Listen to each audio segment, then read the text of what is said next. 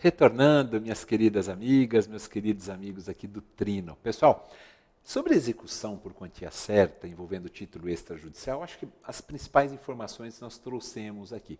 Eu queria só recomendar para vocês, porque a gente precisa começar a falar de execução de título extrajudicial de prestação alimentícia e contra a fazenda pública, né? Eu só queria lembrar a vocês, pessoal, por gentileza, que queiram se aprofundar um pouquinho mais nas modalidades expropriatórias, que a adjudicação, o artigo que tem sido mais cobrado é o 876. Deem uma olhadinha lá, tá bom? Por favor. E quanto à alienação, seja por iniciativa particular ou por asta pública, né? Deem uma olhada no artigo 879. São dois dispositivos muito importantes, pelo menos a incidência deles e a reincidência tem sido interessante, acho que vale a pena a gente lembrar, tá bom? Bora falar de mais uma modalidade de execução de título extrajudicial, agora contra a fazenda pública. Depois a gente fala de alimentos, pode ser, pessoal, tá? Então, execução contra a fazenda pública, vamos falar do nosso artigo 910. Maurício, só tem ele, só. E quando a gente falar da execução de alimentos, a gente vai falar do 911, do 912 e do 913, tá bom? Vamos falar de execução de título extrajudicial, então, contra a fazenda pública. A gente vai fazer um paralelo com o cumprimento de sentença para pagamento de quantia contra a fazenda pública, pessoal. A fazenda pública, no cumprimento de sentença envolvendo pagamento de quantia, ela é intimada para querendo impugnar. Não será diferente, fazendo um paralelo, na execução de título extrajudicial contra a fazenda pública.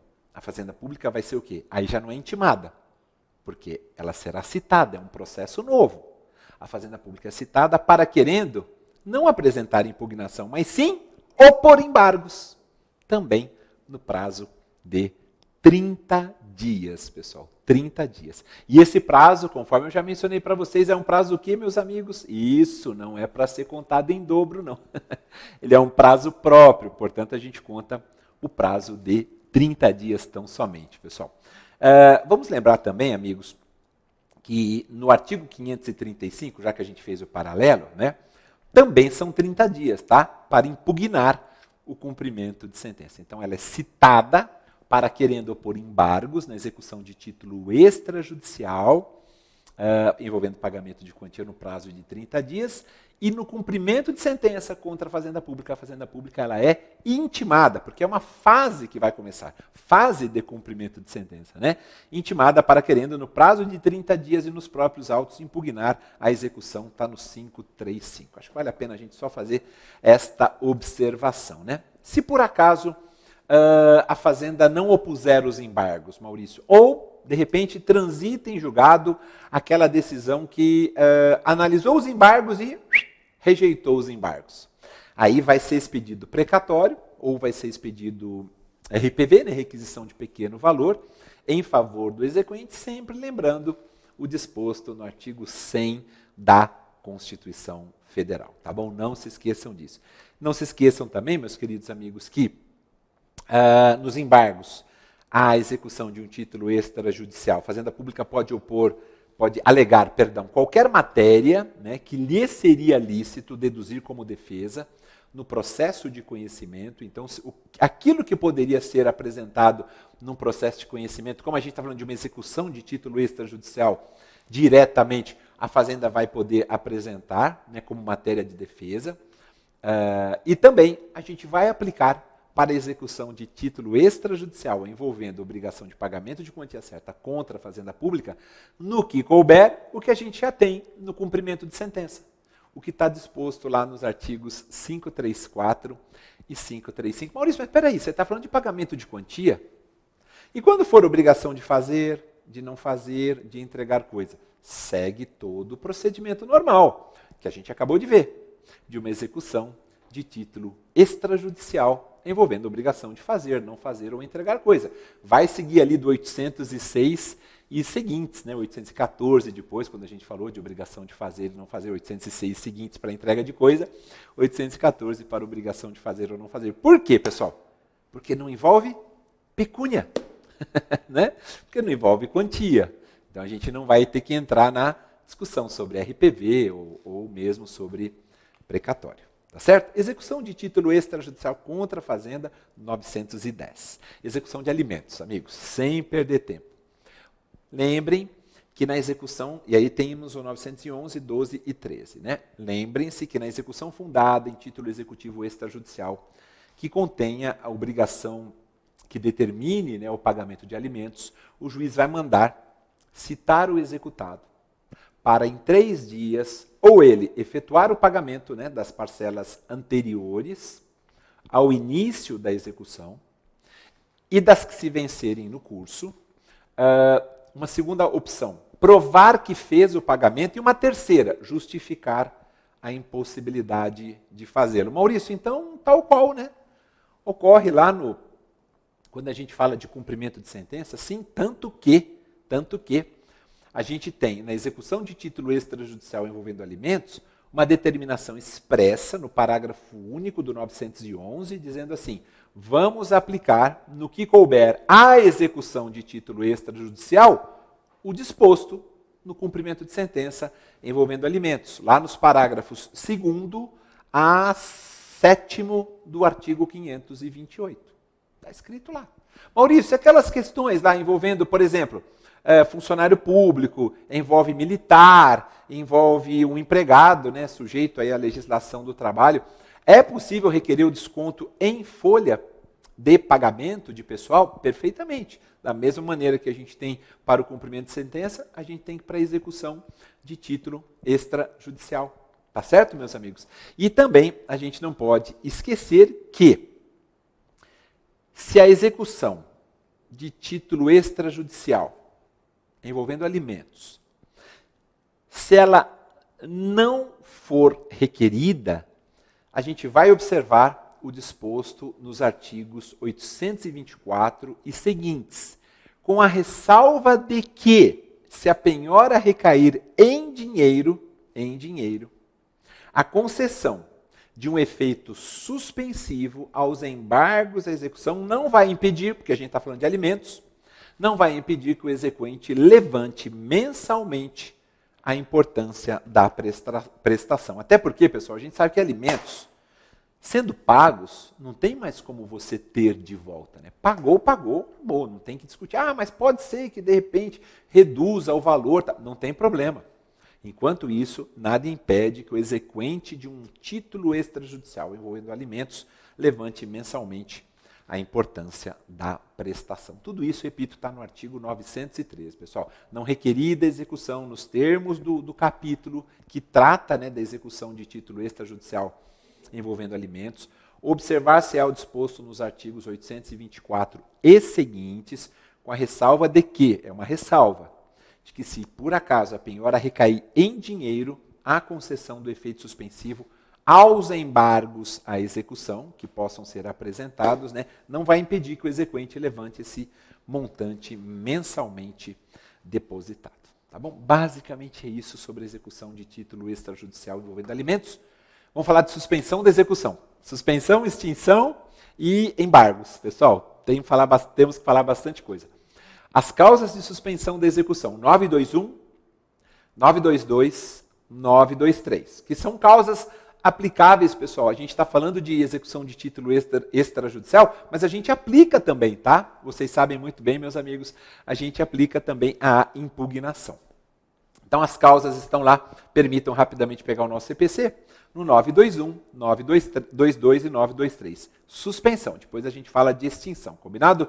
Meus queridos amigos, estou muito animado que a gente está desenvolvendo muito bem o nosso conteúdo em termos de quantidade, e eu espero humildemente que em termos de qualidade também esteja sendo proveitoso, meus amigos.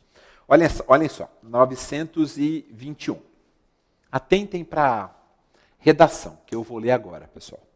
Maurício, mas espera aí, o 921 parece que teve alteração.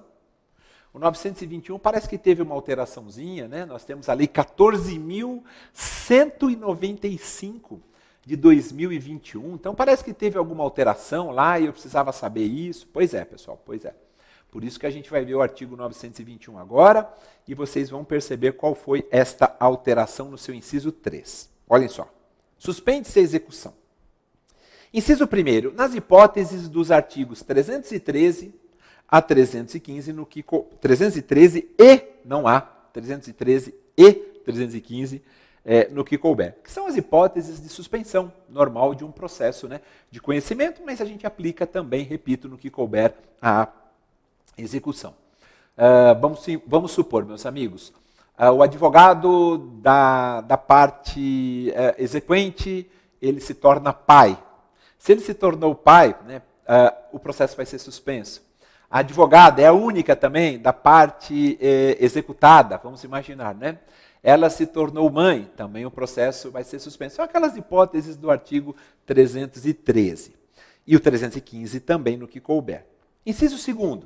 Suspende-se a execução no todo ou em parte, quando recebidos com efeito suspensivo, os embargos à execução. Claro, né? Mas para embargar a execução com efeito suspensivo concedido, né? Para obter o efeito suspensivo nos embargos de execução, tem que estar com o juízo garantido. A gente já falou sobre isso rapidamente, tanto na impugnação ao cumprimento de sentença, quanto na execução de título extrajudicial. Se você quiser embargar e quiser suspender, tem que estar com o juízo garantido. Tem que ter alguma penhora ali, tá bom? Alguma caução, por exemplo. Inciso 3º, pessoal, a redação anterior era assim, ó, quando o executado não possuir bens penhoráveis. Você suspende a execução. Isso tem a ver com a tal da prescrição intercorrente. Pessoal, agora não é só assim. A Lei 14.195 de 2021, 14.195 de 2021 diz assim, ó, suspende-se a execução quando não for localizado o executado ou bens penhoráveis. Quando não for, repito, amigos, localizado o executado ou bens penhoráveis. Então, não é só quando não forem encontrados bens penhoráveis. Eu gostei. Daqui a pouco eu falo a respeito, pessoal. Inciso 4. Também suspende-se a execução se a alienação dos bens penhorados não se realizar, por falta de licitantes, e o exequente em 15 dias não requerer a adjudicação, nem indicar outros bens penhoráveis. Inciso 5. Quando concedido o parcelamento de que trata o artigo 916, pessoal. Aliás, só aproveitando, antes que a gente fale dessa alteração que nós tivemos, né, no inciso 3º, pessoal, do artigo 916, eu acho que vale a pena a gente fazer uma observação. O que acontece, pessoal? Por que se suspende a execução, volto a afirmar, quando concedido o parcelamento de que trata o 916? O 916 é chamado por alguns de moratória legal. O que acontece? No prazo para os embargos, se por acaso o executado vem e reconhece o crédito do exequente, e aí ele faz um depósito de 30% do valor da execução. É um direito dele, não tem que ouvir o exequente, não. O executado vem e fala, olha, no prazo para embargos eu vou fazer o quê? Eu vou depositar 30% do valor devido, acrescido de custas e honorários advocatícios, e vou pedir ao juiz para que o restante seja pago em 6 parcelas mensais, acrescidas de correção monetária e de juros de 1% ao mês. Se o executado vem e fala isso, o juiz não tem nem que ouvir o exequente a respeito. É um direito do executado. E aí o que acaba acontecendo? Né? Você suspende a execução, porque é no prazo para embargos que o executado vem e fala isso, para que ele efetivamente, já que depositou já os 30%, pague as outras 6 parcelas. E aí, obviamente, a única coisa que pode fazer o juiz é, por uma questão até de obediência ao texto de lei, para evitar que se alegue ofensa a um eventual contraditório, embora o juiz perceba que o executado preenche todos os pressupostos para tanto, o juiz vai falar assim, ó, exequente, por favor, diga aí se você concorda, não sobre o direito do executado, não sobre o direito, que é direito dele. Veja se você concorda com o preenchimento dos pressupostos. Foi 30% mesmo? Aquele valor está acrescido, devidamente atualizado, de custas, honorários, está tudo certinho? Se tiver tudo certinho, o exequente vai falar, ok, pronto, acabou. Mas assim, o juiz vai fazer isso, primeiro porque o parágrafo 1º do 916 autoriza, e para estabelecer um contraditório. O que ele não pode fazer é querer discutir o direito do executado. Esse é um direito dele. E, obviamente, se o exequente querer impugnar, falar, olha, os 30% faltaram, sei lá, R$1.000, faltaram R$100.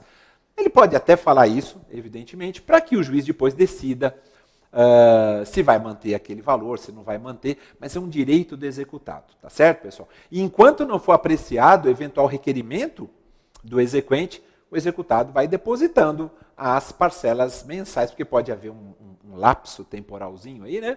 Ele vai depositando as parcelas vincendas e o exequente pode até levantar, tá bom?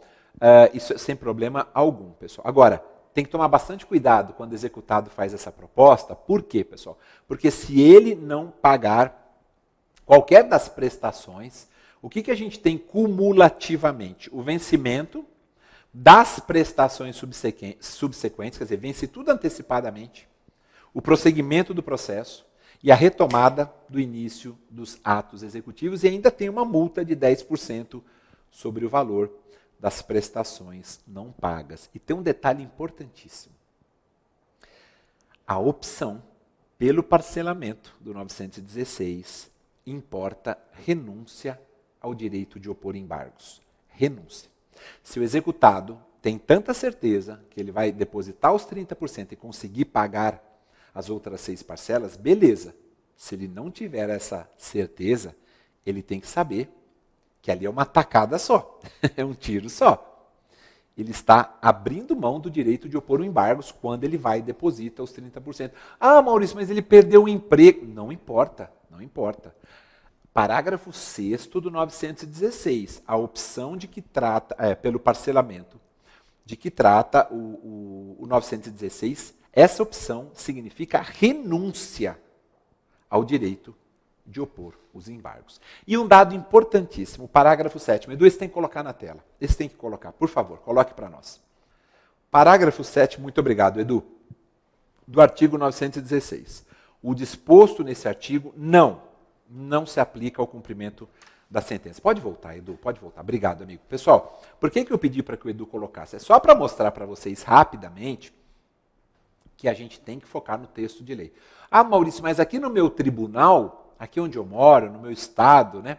Aqui os tribunais aplicam o parcelamento para a hipótese de cumprimento de sentença. Amigos, não pode ser aplicado. O parcelamento aplica-se somente à execução de título extrajudicial. Tá bom, meus amigos? Então, sobre suspensão da execução, era isso que eu tinha que falar, mas lembram da lei que eu falei para vocês?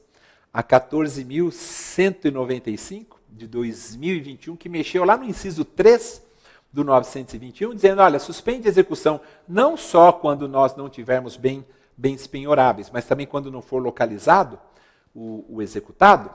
Pois é, deixa eu falar de prescrição intercorrente, por quê? Porque a gente teve uma alteraçãozinha em relação à prescrição intercorrente. Porque o artigo 921 mesmo, pessoal, se a gente for olhar aqui, ó, a gente tem o seguinte no parágrafo 1º, a redação originária, tá? Espera aí que a gente já vai falar de alterações da 14.195. Olha, na hipótese do inciso 3º, que é esse que diz que suspende a execução quando o devedor não for localizado, quando não forem localizados bens penhoráveis, nessa hipótese, o juiz suspende a execução pelo prazo de 1 ano. Suspende a execução pelo prazo de 1 ano, durante o qual se suspenderá a prescrição. Vou pegar essa ideia como lastro. O que é prescrição intercorrente? Primeira coisa que eu acho que a gente tem que lembrar. A prescrição intercorrente, pessoal, ela se configura quando o autor de uma demanda, né, de um processo judicial, ele permanece inerte, parado, né, de modo contínuo, durante o prazo estipulado em lei para a perda da pretensão. A prescrição intercorrente é aquela que ocorre dentro do processo, é uma prescrição de meio, né? É uma prescrição no curso do processo. O CPC de 2015, ele disciplina a prescrição intercorrente do parágrafo 1º ao 5º do artigo 921. O que é que fez a Lei 14.195 de 2021? Ela promoveu alterações nessas regras, né? Acrescentando ainda os parágrafos 4A, não é muito boa essa técnica legislativa, número e letra, 5º, 6º e 7º. Parágrafo 4A, 5º, 6º e 7º. Então, meus amigos, vamos pensar. Quais foram, vamos pensar e vamos compreender, quais foram as ideias, né, do legislador quando da elaboração da 14.195 de 2021. Ele determinou o seguinte: o juiz vai suspender a execução pelo prazo de 1 ano. Nesse prazo de 1 ano, fica também suspensa a prescrição. Então, suspende a execução, suspende a prescrição. Para que é feita essa suspensão? Pessoal, quem lida com execução no dia a dia, sabe que não é uma situação nada fácil materializá-la, efetivar, dar efetividade aos atos executivos. Então, esse prazo de suspensão de 1 ano é um prazo concedido pela lei para que o credor possa tomar providências, adote providências, e o legislador entende que 1 ano é um prazo razoável, para quê? Para localizar o executado ou para localizar bens penhoráveis. A ideia é essa. Diligenciar em cartório, diligenciar em rede social, por que não? Não é verdade?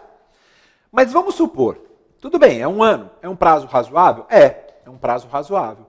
O que acontece se nesse período for localizado algum bem penhorável? Aí os autos são desarquivados para prosseguimento da execução. Está no parágrafo 3º do 921. Por quê? Porque localizou algum bem penhorável. Agora, o pior é, e se acontece de passar esse prazo de 1 ano e não for localizado nem bens penhoráveis, não forem localizados, bens penhoráveis, e não for localizado o executado? Nenhuma nem outra. Maurício, a execução vai continuar suspensa. No entanto, o prazo prescricional que estava suspenso volta a correr. E aí, pessoal, qual é a consequência que a gente traz? Por isso que eu li o parágrafo 1º na sua redação originária. A gente tem que pensar assim, ó. Antes, o termo inicial, que é muito importante, o dies aquo, o termo inicial da prescrição intercorrente era o fim do prazo de 1 ano. Como é que ficou agora com a Lei 14.195 de 2021? Edu, põe aquele quadrinho na tela que nós preparamos para os nossos amigos, por favor. Obrigado, meu amigo. Olhem como ficou o parágrafo 4º, pessoal, depois da Lei 14.195 de 2021. O termo inicial da prescrição no curso do processo será a ciência da primeira tentativa infrutífera de localização do devedor ou de bens penhoráveis. E será suspensa por uma única vez, pelo prazo máximo previsto no parágrafo 1º, que é de 1 ano. Então, amigos, pode voltar, Edu, por gentileza. Obrigado, meu amigo. O termo inicial da prescrição intercorrente agora é o dia em que o exequente teve ciência da primeira tentativa infrutífera. Ele ficou sabendo da primeira tentativa infrutífera de localização do devedor ou de bens penhoráveis. Tá bom, pessoal? Claro, vale ressaltar, né, contudo, que durante o prazo de 1 ano, esse prazo da prescrição intercorrente, né, que já começou, ele fica suspenso. Sempre é importante a gente lembrar. Então, qual que é o prazo prescricional, né? Qual que é o prazo prescricional da prescrição intercorrente? Depende. Isso varia de acordo com o que está sendo executado. Né? Nós temos a súmula 150 do Supremo, que diz assim, 150 do Supremo, a execução prescreve no mesmo prazo da prescrição da ação. Então, podem ser 3 anos, podem ser 5, podem ser 10. A gente não sabe. A execução prescreve no mesmo prazo de prescrição da ação. Tá bom? Não se esqueçam disso, meus amigos. Eu não poderia deixar de falar a respeito. Aliás, só aproveitando, pessoal, para a gente finalizar. A prescrição intercorrente, uma pergunta que surge, né? Se a prescrição intercorrente ela pode ser decretada de ofício ou ela depende de requerimento do executado. O que é que diz o parágrafo 5º, Edu? Coloca na telinha para nós aí, com as alterações que tiveram. Muito obrigado, meu amigo. Aí está, pessoal, olha. O juiz, depois de ouvidas as partes, no prazo de 15 dias, poderá, mas tem que ouvir as partes antes, de ofício, reconhecer a prescrição no curso do processo e extinguir o processo, sem, vamos destacar aqui, ônus para as partes. Maurício, mas era natural, sem ônus para as partes. Era natural. O juiz pode, então, decretar de ofício? Pode, só que, no entanto, ele tem que, antes de decretar, ouvir as partes, né, para que elas se manifestem no prazo de 15 dias. Tudo bem, mas por que sem ônus para as partes? É isso que eu quero que você mencione. O Superior Tribunal de Justiça, pessoal, ele entendia o seguinte, né, com base no princípio da causalidade, a gente falou sem ônus para as partes, o STJ entendia que o executado, ele que deveria arcar com o pagamento dos honorários e também das custas processuais. Mas acontece o seguinte, pessoal, como é que você pode imputar, eu gostei da redação do parágrafo 5º, dada pela Lei 14.195 de 2021 para o nosso CPC, por quê? Como é que você vai imputar responsabilidade para o executado se ele não foi encontrado, se não foram encontrados bens penhoráveis?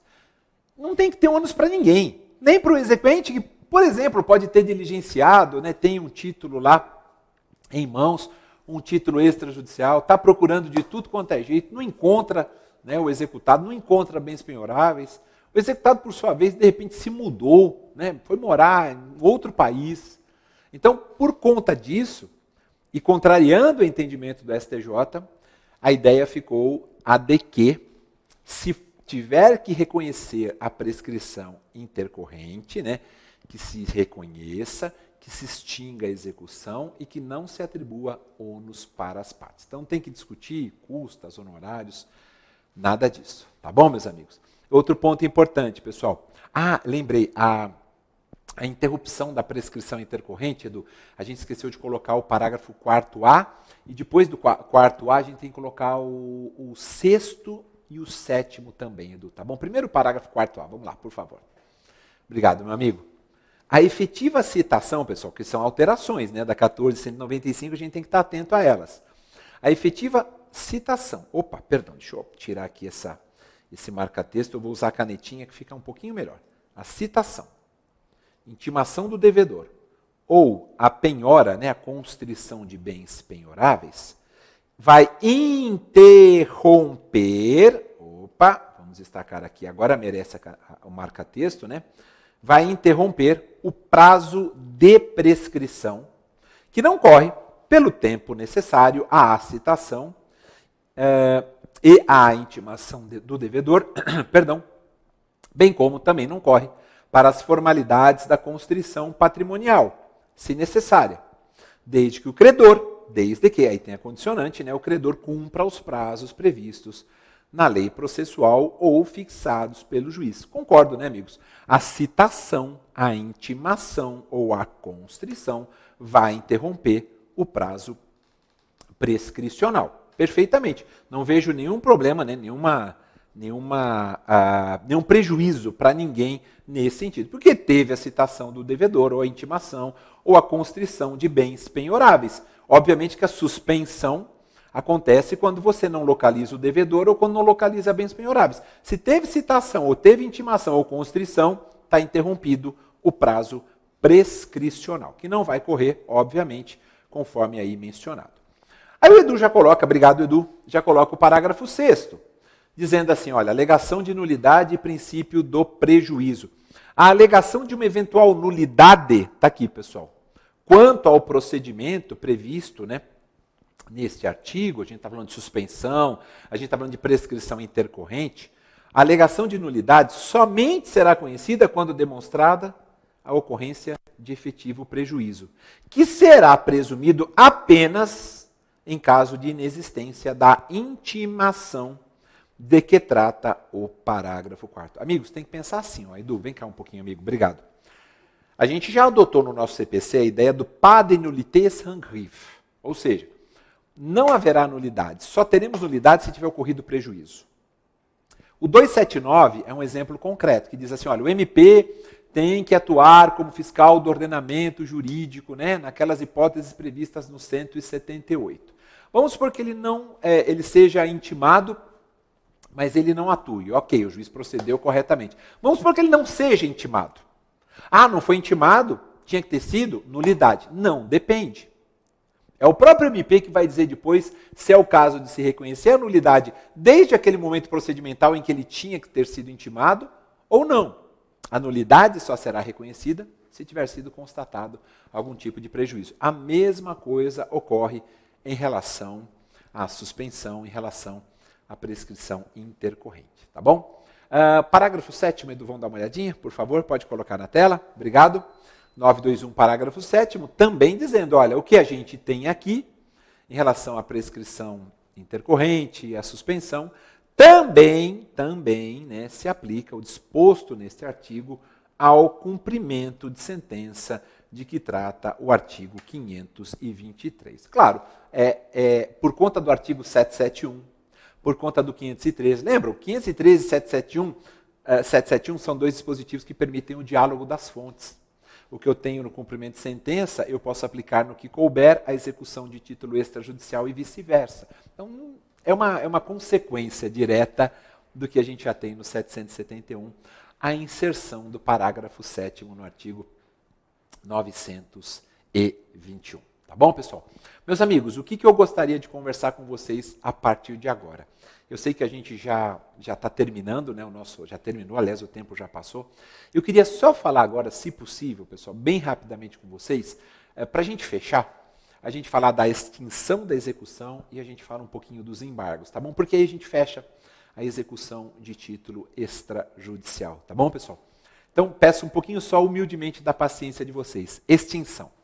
A extinção está no 924 e no 925. Então, quando é que você extingue uma execução? Ué, Maurício, quando ela for cumprida. Né? Quando ela for integralmente cumprida. O 924 diz assim, pessoal, extingue-se a execução quando? Primeiro, quando a inicial for indeferida, a gente pensando, claro, numa execução de título extrajudicial. Né? Então, a inicial pode ser indeferida porque não preencheu os seus requisitos, ela precisava ser emendada ou completada, não foi, vai ser extinta sem resolução de mérito, por exemplo, é caso de extinção da execução. Quando a obrigação for satisfeita, 924, inciso 2, é o que todo mundo requer, é o que todo mundo pensa, é o que todo mundo gostaria. Inciso 3º, quando o executado obtiver, por qualquer outro meio, a extinção total da dívida, né? De repente, o exequente, né, por um ato de benevolência, vem e fala, ó, te perdoo, pronto, acabou. Estou abrindo mão do meu crédito. É o caso de extinção da execução. Né? Aliás, a renúncia está no inciso 4. Né? Vamos pensar só no perdão, por exemplo, então, para o inciso 3. E 5. Extingue-se a execução quando ocorrer aquilo que a gente acabou de falar, né? A prescrição intercorrente, pessoal. Tá bom? Então, são as hipóteses de extinção da execução. E só um detalhe, nos juizados especiais, pessoal, quando não forem encontrados bens penhoráveis, o artigo 53, parágrafo 4º, da Lei 9.099 de 95, diz que também será extinta a execução. Artigo 53, parágrafo 4º da Lei 9.099. Tá? E não se esqueçam também que o reconhecimento, está no artigo seguinte, pessoal, no 925, né? Que o reconhecimento da extinção do processo de execução terá que se dar por sentença. Diz o 925, a extinção só produz efeito quando declarada por sentença. Aliás, o parágrafo 4º, pessoal, lembrei agora, do artigo 53 da Lei 9.099 de 95, ele diz assim, não é só quando não forem encontrados bens penhoráveis, é quando também não for localizado o devedor. Aí o processo é extinto, né? Sem resolução de mérito mesmo, devolvendo-se os documentos ao autor, tá bom, pessoal? No artigo 53, que trata da execução lá de título extrajudicial, não encontrado o devedor ou inexistindo bens penhoráveis, o processo é imediatamente extinto, devolvendo-se os documentos ao autor. Fechamos extinção, embargos, para a gente fechar, pessoal. Eu já trouxe muitas notícias, né, em relação aos embargos, muitas informações. Os embargos à execução se constituem na modalidade típica de defesa, quando a gente fala de execução de título extrajudicial. O executado não precisa de juízo garantido para oferecer os embargos, não precisa de penhora, depósito ou caução. Os embargos são distribuídos por dependência, claro, porque a gente já tem uma execução em andamento, são autuados em apartado. Pensando nos processos físicos, né, são instruídos com cópias das peças processuais relevantes, também. Nada impede que você ofereça os embargos, né, no juízo deprecante, quando a gente estiver na execução por carta. Só tem que tomar cuidado com a questão da competência, né, para julgá-los, pessoal. Então, é possível oferecer embargos no juízo deprecante ou no juízo deprecado. Tanto faz. Tanto lá onde a execução está tramitando, quanto lá onde o executado reside, que é a 200 quilômetros dali, sei lá, 300 quilômetros, não tem problema. Só que a competência para julgar os embargos, ela é do juízo deprecante, via de regra, salvo, se vocês puderem depois, meus amigos, deem uma olhada, por favor, no parágrafo 2º do 914, né? A competência para julgar os embargos e a execução é do juízo deprecante, salvo se versarem esses embargos tão somente sobre vícios, sobre defeitos da penhora, sobre vícios ou defeitos da avaliação ou da alienação dos bens que tenham sido efetuados no juízo deprecado. Por quê? Porque ele tem melhores condições de fazer isso. É o juiz deprecado que tem melhores condições de analisar os embargos, não um deprecante. Ora, se o vício é na penhora, se o vício é na avaliação e foi penhorado e avaliado lá no juízo deprecado, quem que tem melhores condições? Não é? Prazo para o oferecimento dos embargos, meus amigos, né? O prazo é de 15 dias. Eles serão oferecidos no prazo de 15 dias, contado conforme se deu a efetiva citação. Maurício, tem mais de um executado. Quando tiver mais de um executado, o prazo para cada um deles embargar é contado a partir da juntada do respectivo comprovante da citação, exceto no caso de cônjuges ou de companheiros. Por quê? Porque nessas duas hipóteses, o prazo será contado a partir da juntada do último mandado de citação, né? Do último ato citatório praticado. Maurício, por quê? Porque às vezes pode encontrar o marido num dia e a esposa no outro, né? Então, por isso, quando nós estivermos falando de cônjuges ou de companheiros, será contado a partir da juntada do último. Maurício, outro ponto importante sobre embargos, para a gente deixar isso bem claro, pessoal, né, e tratar dos pontos mais importantes. Se a gente aplica aquela regrinha do artigo 229, que fala que litisconsortes com procuradores diferentes de escritórios de advocacia distintos terão prazo em dobro. Em relação ao prazo para oferecimento dos embargos à execução, eu não aplico o disposto no artigo 229. Pessoal, está muito claro isso, tá? Isso está no parágrafo 3º, depois se os amigos puderem dar uma olhadinha, parágrafo 3º do artigo 915. Não se aplica o artigo 229. Maurício, lembra da impugnação? Lembro, claro. Então vamos lá. Vamos fazer um paralelo, pessoal? Vamos dar uma olhadinha? Lá no artigo 525, será que aplica o 229 ou não? Porque você acabou de falar que não se aplica, não é? Quando nós estivermos falando ou tratando de embargos na execução de título extrajudicial. Aí a gente vai lá, opa, eu estava tentando abrir o 525 aqui, pessoal, parágrafo 3º, falando de impugnação ao cumprimento de sentença. Aplica-se. Tá bom? Aplica-se o 229, só relembrando, nos embargos, na impugnação aplica, nos embargos não se aplica. Maurício, o que eu posso alegar como matéria de defesa nos embargos? Está tudo lá no artigo 917, pessoal. E eu já fiz um paralelo com vocês quando a gente falou da impugnação ao cumprimento de sentença. Inexequibilidade do título, inexigibilidade da obrigação, penhora incorreta, avaliação errônea, excesso de execução, retenção por benfeitorias necessárias, incompetência absoluta relativa, está tudo lá, pessoal. Ah, Maurício, quando tiver excesso de execução, também tem que alegar? Tem, está no parágrafo 3º do artigo 917. A gente tem que alegar qual que é o valor que a gente entende como correto, sob pena, né, de nós termos liminarmente rejeitados os embargos, pessoal. Não se esqueçam disso. Ah, mas podem ser rejeitados liminarmente os embargos? Claro que podem, né, amigos? Quando forem intempestivos, vocês sabem bem, quando ocorrer o indeferimento da petição inicial, né? Quando forem manifestamente protelatórios. E também, lembrando, eles não terão efeito suspensivo. Só terão efeito suspensivo se você, obviamente, como embargante, requerer e se o juízo tiver efetivamente garantido. Se não, não terá efeito suspensivo. Assim que são recebidos os embargos, o exequente tem que ser ouvido, né, num prazo de 15 dias também, 15 dias para embargar, prazo processual, contado em dias úteis, 15 dias para poder o embargado se defender, né? O embargado, o exequente, ele também será ouvido.